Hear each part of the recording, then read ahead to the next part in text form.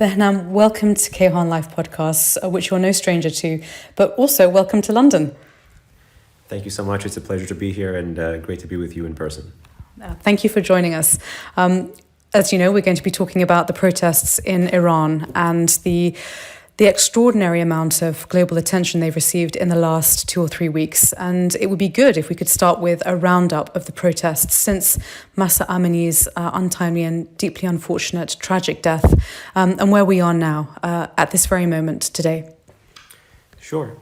Well, in essence, we have protests now in their 4th week in Iran.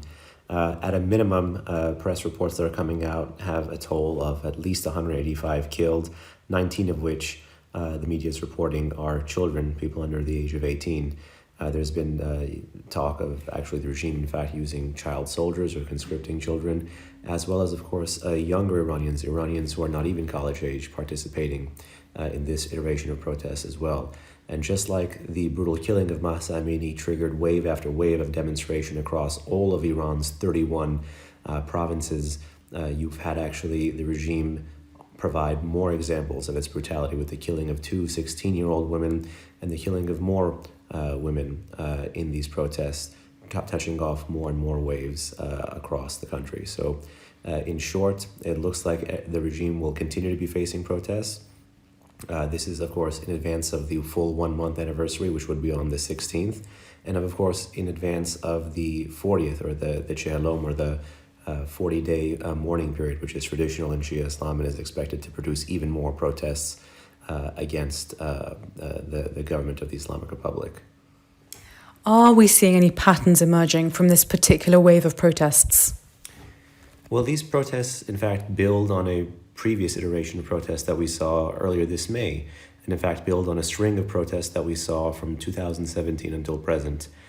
In that iteration of protests, you basically had a full-on divide between the past protests that we had saw in Iran, such as the 2009 Green Movement, as well as the 1999 student-led reformist protests that happened after the government closed the reformist newspaper and in fact stormed Tehran University dormitory. In essence, protests that we see across Iran starting in 2017 are triggered by seemingly non-political events and may look like riots or rebellions, or maybe amplified by strikes at first, but ultimately they're larger political protests against the government of the Islamic Republic in its entirety. No longer are protests tied to any particular political event inside the Islamic Republic, and no longer are they tied to any faction. In fact, this is a wholesale pushing away from the failed issue of reform and moving wholeheartedly and fully towards revolution. And what you've seen geographically, demographically, in terms of class structure, even in terms of slogans chanted, and even in terms of violence by the state against the street. These are anti-regime protests in their entirety. They tend to begin on the urban and rural periphery, or they tend to begin on the social and political periphery, people who live on the social and political periphery of Iran, and then move inwards. And a good example of that is how protests were amplified in Tehran just hours after the funeral of Mahsa Amini in Sakhez in Iran's Kurdistan province. And the period between protests also is diminishing rapidly, meaning there will be more and more and more protests. So a good example is after the 2019 Aban protests in late November, early December of 2019, which were triggered by high gas prices but sustained by those larger political grievances, the government used literally weapons of war on their own population, coupled with a 6 to 7 day internet blackout, and killed 1,500 people. Yet less than 2 months later, protesters were out on the streets again, this time touched off by a security policy issue, the downing of the Ukraine airliner, which killed over 170 innocent passengers, something that was shot down by the regime. So the period between these protests are dwindling. And just as I said earlier, the May 2022 protests, which were touched off by high food prices, laid the predicate for these protests that we see today. These are not about economic grievances. These are not about social grievances. These are not about foreign policy grievances. These are not about environmental grievances, though they are touched off by any and all of these. All of these are larger political grievances that the population has with the government and will continue to reflect that, and they will continue to remain on the street. And that's why this protest movement cannot accurately be described as merely an anti-hijab protest or merely a woman-led protest. These are nationwide protests against the government of the Islamic Republic. And that is precisely why we see the kind of brutal violence. Many in the West are still subject to some kind of analysis paralysis as to the origins and evolution of Iran's protest movement. But if you look at the slogans, if you look at who is on the street, and if you look at who is continuing to contest the state, it'll be quite clear. We're also seeing an unprecedented number of children and young people engaging with the demonstrations, both on the street and also in their schools. Why are they engaging? Well, this is one of those areas where there is change, but it's a layered pattern of change. So traditionally, the youth have been at the forefront of Iran's protests. As we mentioned, in 1999, for instance, it was university students. And while protests that tended to begin in Tehran tended to be youth-led, that wasn't always the case until 2017. The particular phenomenon being stretched out now is that it's not just university-level students, and there have, of course, been strikes across many institutions of higher education, not just in Tehran, but across Iran. You've had lots of high school students join in the protests, join in the strikes, and really joining in and continuing to signal that the Islamic Republic does not represent them, does not represent their nation, does not represent their values. And ultimately, that is why you see many younger kids, even early teen, kind of if you look at the pictures and infer based on some videos, out on the street chanting the same things that their compatriots who are slightly older are chanting. They have a slightly different recollection of what it means to be born inside the Islamic Republic than some of their peers or even some of their parents. But it would be a mistake to say that they're divorced from the larger national suffering. For instance, there have been calls by security forces to people's houses that these individuals have taped and sent out to the international media and to the diaspora press. In those calls, the security forces, be it the Ministry of Intelligence or IRGC folks, had been trying to intimidate the parents into restraining their children on the street. But you've seen parents actually amplify the concerns of their children and push back on security forces over what is essentially a recorded line. So while you have the younger generation on the streets, they're still being amplified in every which way by older generations, which continue to have that gripe and continue to have the memories living through the revolution, living through the Iran-Iraq war, that this younger generation at the forefront may not necessarily have lived through and may have only heard about. The Iranian government has been very quick to try and separate the fresh wave of workers' strikes from the current anti-compulsory hijab and human rights protests. Do you think that they are linked to each other, or are they separate?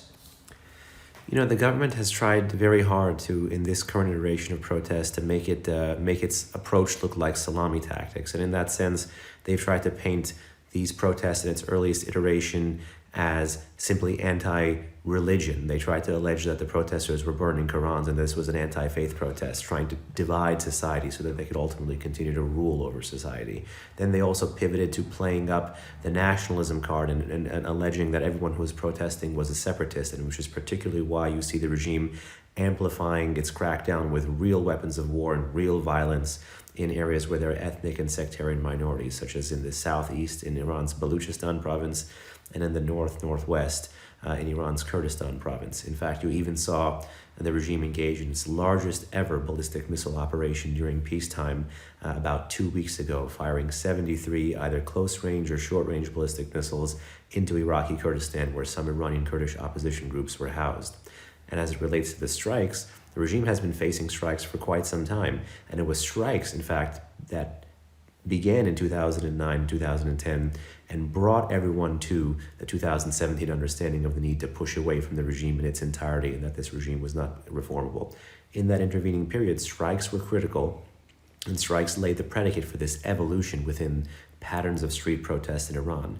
And if these strikes are sustained now, they could amplify street power, and they could also potentially help rob the regime of revenues needed to operate critical sectors, not just like the service sector, but also potentially the energy sector, where you see strikes in oil and petrochemical facilities. We don't have good data on the number striking, on the number of facilities being subject to strikes just yet, but if past is prologue, and with past we're talking about 1979 here, once strikes or energy shortages hit that sector, the regime really does begin to buckle. We've seen the Iranian government block internet access and engage in what we believe to be brutal crackdowns on peaceful protesters inside Iran through video footage, audio footage, and imagery that we're seeing online. And this is something that we've seen them do historically. What do you think the Iranian government response is likely to be moving forward if these protests continue? Most unfortunately, the regime continues to have at its disposal a layered apparatus of repression, an apparatus of repression that they employ against different sets of protests in different geographies at different periods of time. Just to go through some of these, obviously they have vigilante forces. The regime has also, as we mentioned briefly in the beginning, been employing, at least if what we can find on social media to be true, children dressed up in the uniforms of some kind of commando soldiers. I think Radio Free Europe, Radio Farda actually had a very good segment that shed the light on this, and in fact does mean that the West does need to focus on this, given human rights laws that the regime potentially may be violating, forced conscription of underage folks, the use of child soldiers, the employment of child soldiers at home, and of course the history that the regime has had with this, whether it's in the Iran-Iraq war or in the Syrian theater. So ultimately, social media does continue to put an important light on these issues, but if the use of child soldiers is an indication, it may mean that the regime may not trust all of its security forces or may not find them reliable or has manpower shortages. But just going above that level of vigilantes, they do rely a lot on the law enforcement forces, which has a special subunit, the Yegan Avijay, they're called in Persian, the special forces. And then on top of that, as you know, they have the Basij, which was an all-volunteer force and is actually now part of the next level up, which is the Islamic Revolutionary Guard Corps' ground forces. So it has a very layered apparatus of repression. And what we saw once, be it in 2018 or 2019, when there was flooding in central and southern Iran, and there were protests in the aftermath of that flooding, the regime had actually deployed part of its Shiite Foreign Legion, at least the Afghan Fatimiyun and at least one element of the Iraqi Popular Mobilization units, to do quote-unquote flood reconstruction in some of the areas that were witnessing protests. Now, the activist community has always feared what would happen if the country employed its Shiite Foreign Legion at home. So I think ultimately it has this layered apparatus of repression that it will continue to use, and you've seen them have regional internet blackouts followed by national internet blackouts. So it may try to make everything go dark, engage in mass violence, picking one of this very stratified security force, and try to quell provinces or move away from provinces or try to tire out protesters. And this is essentially the regime's tactic, I think, in the near future, to try to tire out protesters in different jurisdictions while brutally repressing with weapons of war, coupled with an internet blackout in others. So I think we're in store for a very bumpy road ahead. We saw after the initial first wave of protests in this period, the Iranian government remove their morality police off the streets. These are the police forces that monitor women's adherence to the compulsory hijab and female-oriented dress code. Do you think that's a sign that the Iranian government and the regime are falling back, or is it some kind of concession? I think it might be premature to call it a concession. Time will tell if it's a bait and switch. Sometimes you see authoritarian regimes sacrifice either de facto or de jure one element of its security forces so that the deep state can survive. So, time will tell if the morality police are ultimately sacrificed or ultimately given a slightly different mission or a different mandate. But one thing is quite clear, that the Iranian population will not settle for these half measures. Their qualm is with the state in its entirety. It's a state that has the mandatory, discriminatory, compulsory hijab as only one element of its domestic policy, and those enforcing that brutal and discriminatory domestic policy are also the ones engaging in the foreign aggression, elements of which, of course, have caught the West's eye in the past 4 decades. So I don't necessarily see the regime falling back. I think the regime, again, has a highly stratified apparatus of repression. So it may be simply providing more space in some areas while brutally cracking down in the others. Unfortunately, this apparatus of repression has been quite creative over time. And when you do have things like a national internet blackout or region-wide internet blackouts, it makes trying to piece together the timeline of how the regime is responding even harder. So we've talked about how the Iranian government and the regime are responding to the current protests, but what about the international community? What has their response been so far, and has it been effective? I think there's a lot more the international community can do, particularly Washington and some of its transatlantic partners. Now really is the time to align one's head and one's heart on Iran policy. I've said this many times, and I think you've heard me say it on Kayhan's podcast before. But as an Iranian American, I'm lucky that the national security goals that I get to espouse or comment on or talk about are consistent with both my and the US's strategies and values, not always in the Middle East, as is the case. It's tough to align one's head and one's heart on issues of realpolitik and values. But in this case, siding with the Iranian people, standing with the Iranian people, and putting meat on the bone behind that is the right thing and the strategically sound thing to do. Now, one may say, how does one go about doing it? I think some of the moves you've seen out of Washington and Canada and London more recently by sanctioning the morality police has to really just be the price floor. This cannot be a one and done. I think the first thing you can really do is go after this entire apparatus of repression that we've talked about, naming, shaming, penalizing, whether it's the most localized commanders of the Guard Corps, of the Basij, or of other elements of Iran's security forces, and ultimately shining a light on the individual commanders as well as localized judicial officials who are engaging in these crimes, as well as localized political officials, being governors or governor generals, or even members of parliament who may be cheering on these activities, shining a light on them, shining a light on how they may be encouraging the brutal crackdown, and then amplifying those designations or those sanctions with potential travel bans or potential visa bans. I was struck a little while ago by a very powerful tweet by this major Iranian soccer star, Ali Karimi, who had tweeted a very simple but very evocative but very powerful line about the regime's children versus the children of the Iranian nation. If I can recall it correctly, it said, "Farzandane una miravan, farzandane ma mimiran," which is their children leave and our children are killed, or our children are slaughtered. And it's a reference to the hypocrisy of the regime elite having their children travel abroad and have this laissez-passer around the world, while Iranian children have no such opportunity and in fact are being killed in their own homeland. So a real travel ban against the larger apparatus of repression, as well as against national level political officials, would also be wise. The next thing, of course, if one takes a Hippocratic Oath kind of approach to these protests and standing with the Iranian people, pushing away from the table on the JCPOA would be quite critical. On a good day, the JCPOA is just a Faustian bargain. On a good day, the JCPOA is an attempt by the West to manage the non-proliferation problem from Iran. But clearly, Iran right now is not a normal state.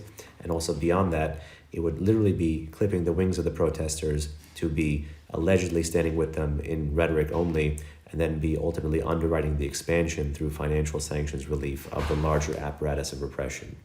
Washington has said, I think as of this morning, that they are taking a step back from the nuclear deal in so much as that they are not going to be focusing on it at the moment, which is clearly a direct response to the protests in Iran. How do you translate that particular action from Washington? I would say everything we've seen so far from Washington, and this is welcome news, and in fact many had said that the tougher rhetorical line that the Biden administration took, at least even mentioning the protesters during his UNGA address, having a set of sanctions come out quite quickly, actually two sets of sanctions come out quite quickly, plus of course attempts to maneuver and recalibrate licensing that when it comes to software and VPNs could make it more easier for Iranians to access the internet at home. All of that stuff is welcome. But I think the welcome reception it's been given, particularly in the press, is a reflection of using the 2009 standard, really saying that, well, at least he's not silent, at least it's not like former President Obama and the Green Movement. With immense respect, that's a very low bar to judge these. And so long as Washington's overall Iran policy continues to be oriented and animated by seeking a nuclear deal based on the 2015 JCPOA, it would ultimately be all these measures would ultimately be merely ornamental and not instrumental in a fundamentally different Iran policy. So while that statement is welcome, the proof will be in the pudding, because the only reason we don't have a deal to date, it's not because of Western sanctions, it's not because of Biden's human rights policy, it's because Khamenei hasn't wanted one yet, or hasn't deemed one key to his political survival yet. And one wonders if he does pick up the phone, how many in Europe now, or how many in America now, would actually reciprocate. And I hate to be such a pessimist, but I think that they would reciprocate, because the institutions are still there, the broader foreign policy is the same, the personalities that seek this deal are still at the helm. So those larger structural forces do not seem to have dissipated. That's why I think it's very critical for Washington to announce not just that it's stepping back from this, but announce that it's moving to snap back or restore the previous multilateral sanctions that existed from 2006 to 2010 at the UN. It has the right to do this. until 2025 under UN Security Council Resolution 2231. It's an opportunity that will fast fade, and it's an opportunity to reset the international chessboard. And I think just like these protests are a forcing function for many politicians and policymakers in the West to understand the nature of the adversary and understand the nature of the threat, that forcing function should prompt action. Sanctions as a tool for changing behaviour within states divides people deeply. On the one hand, some people will say that sanctions are an effective way of managing malign behaviour. Other people say that's not the case and that it tends to disproportionately affect people on the ground. What's your view of these sanctions? Are they really working, or are they just causing more hardship for people in Iran? It's a very good question, because sometimes neither the academy nor the press talks correctly or technically about the sanction that is currently being discussed. So in this case, the designations, the blacklisting, you could say, that the Treasury Department has engaged in, as well as the Canadians, as well as the Brits have engaged in, is an asset freeze kind of penalty. It's not going after broad sectors of the Iranian economy with sanctions. Those are unilateral sanctions that Washington continues to have, but their effects continue to atrophy, because while many may critique Washington from the left, saying that these sanctions, despite remaining on the books, have a disproportionate effect, from the other side, you've seen the regime see the atrophying of the sanctions, see the hesitancy of the Biden administration to actually enforce the measures that it has inherited, and allow the regime to continue to generate revenue. So in this case, you've had the regime continue to export oil and petrochemical products illicitly, both in the region as well as into East Asia. China has been the largest licit and illicit buyer of Iranian oil, pre-deal, during deal, post-deal. And so that means if one fundamentally has a qualm with the Islamic Republic's behavior and spending patterns, it has to go after the source of the funding. And the source of the funding is the CCP in the People's Republic of China. And I think until we have a fundamental understanding of the nature of our adversary, willingness to use non-military tools to try to constrain and retain them, we won't necessarily get the right outcome. And while, yes, you do want to prompt the regime into negotiations initially, which is why many of the sanctions that are at play today were actually levied by the Trump administration in two tranches in 2018 and 2019. Ultimately, now is the time to actually escalate those measures, constrain those revenues so the regime has less money, less resources, and will have to fight over a smaller pool of resources and will have to make tough budgetary choices. I'm going to push you a little bit on the sanctions, Behnam, and just ask you, what tangible results have we seen, if any, from the sanctions? What research or what data is there that is available that shows us that these sanctions are actually working? So we'd have to be careful when we talk about these sanctions, but broadly, some of the sanctions that the US has employed against Iran have worked. If one has a political standard, for instance, then the unilateral sanctions that were amplified multilaterally through the UN process and then bilaterally with the US and the EU literally racing each other from 2010 to 2013 did ultimately get Iran to negotiate. So if one has a political standard for success, the sanctions that the US employed from 2006 to 2013 yielded ultimately the JCPOA. If one takes the approach I take, which is the management of the problem approach, then from 2018 to 2020, the sanctions the Trump administration restored and ultimately amped up had a larger macroeconomic impact. So for me, given that this is an economic tool that's supposed to have a macroeconomic impact, if you can force a larger policy change, that would be great. But the Islamic Republic has only seldom changed its foreign and security policy, and never in a sustained fashion in the 43 years it's been around. And in the instances that it did, economics was a necessary but not sufficient part of the equation.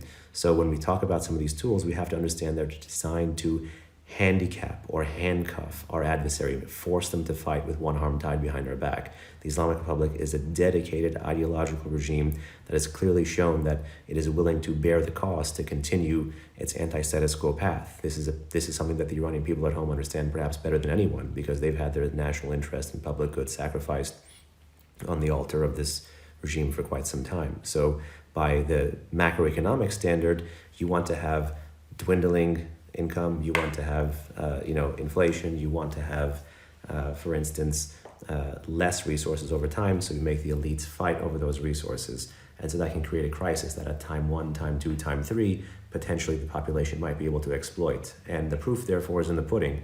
It was assumed many years ago that during peak periods of foreign pressure, the population would either engage in some kind of nationalist protest against the source of foreign pressure, or would be deterred from coming out onto the streets. What you saw from 2017, 18, 19, 20, which is as Washington tightened those sanctions, you had Iranians literally on the streets more and more and more, moving fundamentally away from reform towards revolution, using those different crises to cite the chasm between state and society. And ultimately, we saw this crescendo with the slogan that was chanted first in 2018 and continues to be chanted, which is "Doshman ma haminjast, duruh migan Amrikas," which is our enemy is right here, they lie when they say it's in America. The loss of those lives have been awful for us to watch, and obviously for those inside Iran to experience. But the Iranian people can't protest forever. What is their next move? First and foremost, hats off to the Iranian people who have been so brave, literally risking life and limb on a daily basis. Again, we're in the fourth week of protests that were triggered by the brutal killing of 22-year-old Mahsa Amini.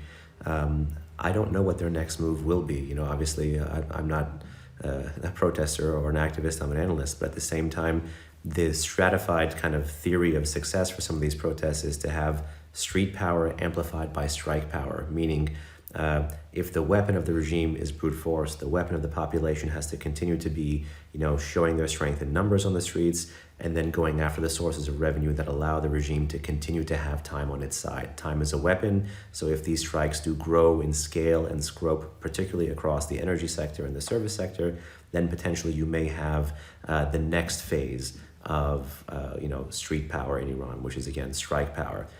This was critical in the 1978-1979 revolution in Iran, the combination of strikes or a potential strike fund. And again, me and a few folks have talked about if there's any role for Washington or others to potentially look for ways to create a strike fund or support a strike fund or make sure that those who have lost breadwinners or loved ones in protest can find a way to continue to feed their families or also not show up to work in those critical sectors that do end up providing an engine for the regime. So there's a lot of gray space as to how long the current energy and petrochemical strikes will go on, but if they grow in scale and scope, they will amplify the voices of those on the street and then put time on the side of the protesters. We have to wait and see, again, how many sectors they hit and how sustained they are. But I think if one had to guess, looking at the facts on the ground today, the next phase could potentially be the widening of the strikes. We're seeing a growing number of demographics get involved in these protests, from religious minorities to ethnic minorities, women, young children, and of course, the general population. Would you say that that is a sign or an indication that what is happening on the streets in Iran today is the beginning or the emergence of a revolution, or would you say it is something else? Well, if one chooses to connect the dots in this evolving pattern of street protests from 2017, then those different iterations of national uprisings could largely be categorized as a move towards a revolution. You could say it's some potential pre-revolutionary state, and while it's unclear now how long the current iteration of protests will go, hypothetically, if it ends tomorrow, we know that the way the regime has ended these protests, or the way the regime has tried to adjudicate these protests, which is basically with brute force, has laid the predicate for the next round. And so ultimately, yes, I think broadly, if you put them under an umbrella, these are protests that are revolutionary in nature. And so therefore, they do represent a break with the pre-2017 period of protests and represent continuity from the ones that we've seen from 2017 to present. So no one will know what the next trigger will be. We shouldn't even be talking about the next trigger because obviously the regime continues to do what it's been doing throughout this trigger, which is to kill young Iranian women who have their life ahead of them. But one thing is quite clear, that those who are moved by that to come onto the street remain on the street because of the fundamental differences that they have with the government of the Islamic Republic. And so long as those differences remain, these protests will remain. And the goal of those protests will be, quite simply, revolution.